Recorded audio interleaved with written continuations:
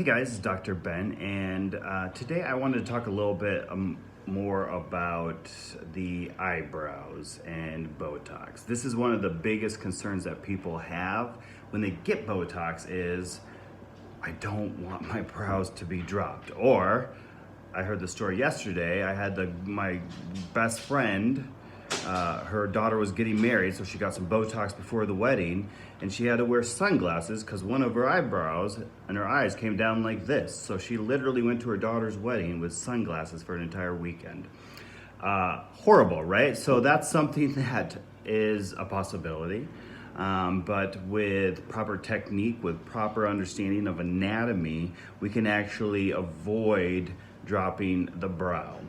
So I'm gonna actually pause this, show you a little bit on a app that we use to talk about the anatomy, so you can actually visually see what I'm describing and discussing.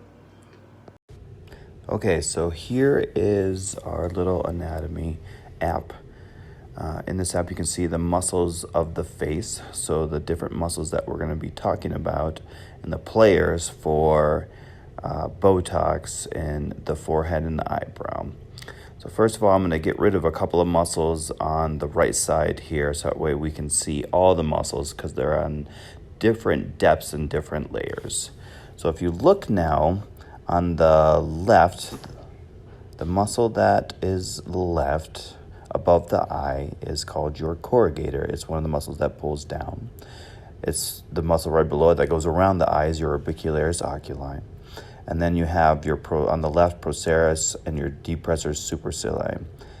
The arrow here is pointing to your frontalis muscle. So this is the only muscle that lifts up. All the rest of the muscles that I just described actually pull down.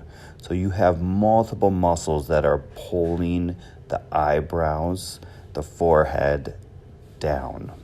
But the frontalis is the guy that actually is lifting. So when we're placing Botox, we're placing it and we're trying to get your forehead, specifically your forehead smooth. We're placing the Botox throughout your frontalis muscle. So typically when we do it, there's different patterns and different techniques based on the anatomy.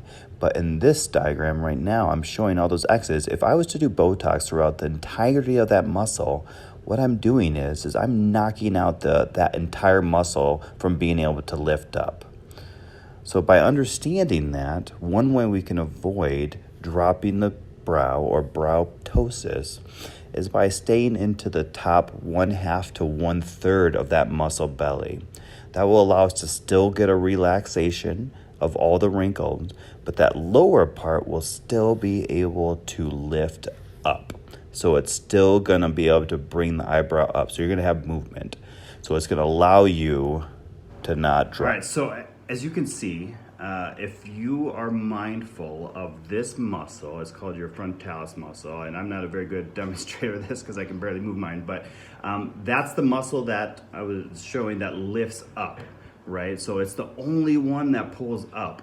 So if you completely weaken that muscle all the way across, there's only one direction for your eyebrows to go, and that's down.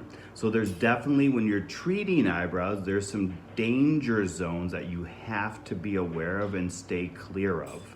And if you can understand that, understand what it is that you're trying to accomplish. Like, some people love their eyebrows where they are. Some people actually want to get their eyebrows up.